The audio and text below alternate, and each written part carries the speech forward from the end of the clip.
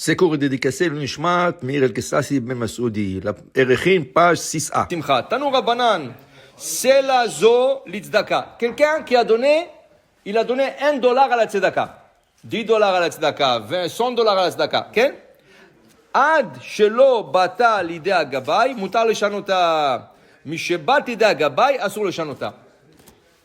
Une fois qu'il a donné au gabaï, celui qui ramasse la tzedaka, on ne peut plus prendre cet argent et le prêter à quelqu'un.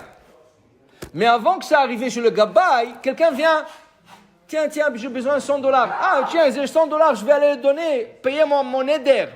Ah, j'ai besoin de $100, tu peux lui donner un prêt. C'est sûr qu'il va le retourner et tu vas le donner à la tzedaka. Tant que ce n'est pas venu aux mains de gabaï, tu peux la prêter. Une fois aux mains de gabaï, on ne peut plus la prêter. La Gemara pose une question. Ini. Va Rabbi Yanai yazif ou para. Une fois Rabbi Yanai qui était un gabaï tzedaka, quelqu'un lui a donné la tzedaka pour la synagogue ou pour le pauvre. Qu'est-ce qu'il a fait? Il avait besoin, lui, cet argent, il a utilisé comme un prêt. Okay?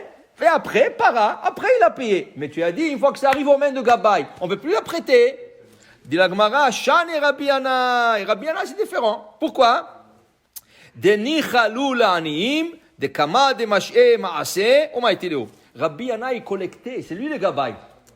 Maintenant, qu'est-ce qui est arrivé? Quand il n'y avait pas de l'argent dans la caisse, lui, il sortait et ramassait encore. Alors le halim, il disait, même s'il a emprunté, c'est pas un problème, il va aller recollecter. Et c'est ça qu'il a fait. Quand il a emprunté de la caisse, quand il avait besoin, il allait chercher d'autres argent pour le pauvre. Alors le pauvre, il disait toujours, c'est bon. Alors par exemple, on va faire ça actuel, on va le rendre à l'akha actuel. Okay?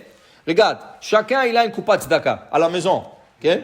Il y en a qui ont même dans la voiture une coupa tzedaka. Il y en a qui ont dans le bureau. C'est très important la tzedaka. Tzedaka tatil mimavet, la tzedaka sauve même de la mort sûre. La tzedaka te sauve. Okay? Alors c'est très important d'avoir des boîtes de tzedaka partout. Comme ça tu peux donner la tzedaka. Maintenant, un jour, quelqu'un t'a emmené un colis par la poste et le postier il te dit ça va vous coûter monsieur $10. C'est COD. Toi tu cherches $10, tu n'as pas $10. Ni dans le porte-monnaie, ni dans la maison, tu cherches, il n'y a pas. Mais tu sais que dans la coupa tzedaka, il y a $10. Est-ce que tu as le droit de prendre le $10 de la tzedaka? C'est sûr pour le retourner après. Alors voilà. Oui, pourquoi? Parce que quand tu vas le prendre, après quand tu vas remettre $10, tu ne vas pas remettre $10. Tu vas remettre $11. Tu vas remettre $15. Alors le pauvre, quand tu as emprunté de cette boîte, le pauvre sont contents parce que tu vas mettre plus toi. Okay? Seulement, il ne faut pas oublier de remettre. Mais c'est permis d'emprunter dans le cas de force majeure avec l'idée de retourner après. Il dit ici, Tanu Rabbanan, Israël shitnadev menora oner le bet knesset ashur le shanota. Un juif, il a donné un chandelier au bet knesset. Il dit, voilà, j'ai un chandelier, mettez-le ici.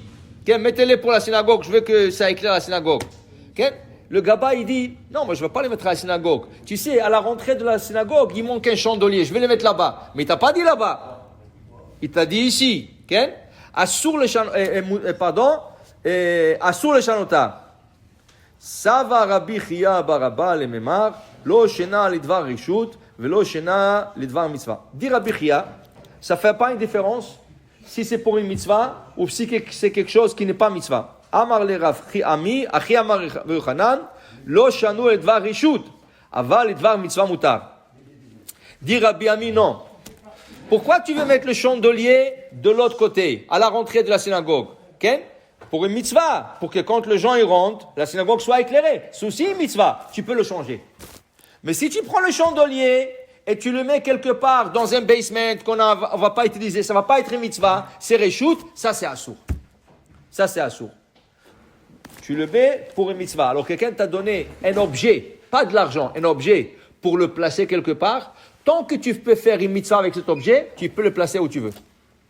Mais si tu ne veux pas le placer pour une mitzvah, tu ne peux pas le changer.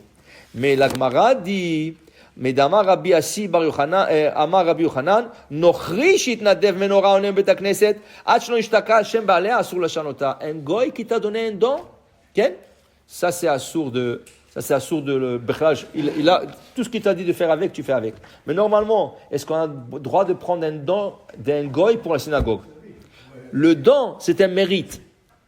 Au lieu de donner ce mérite à un goy, va chercher un juif pour lui donner ce mérite. Pourquoi un goy va venir te donner? Il y en a qui disent que c'est une mitzvah de... Non, c'est pas une mitzvah de prendre chez un goy.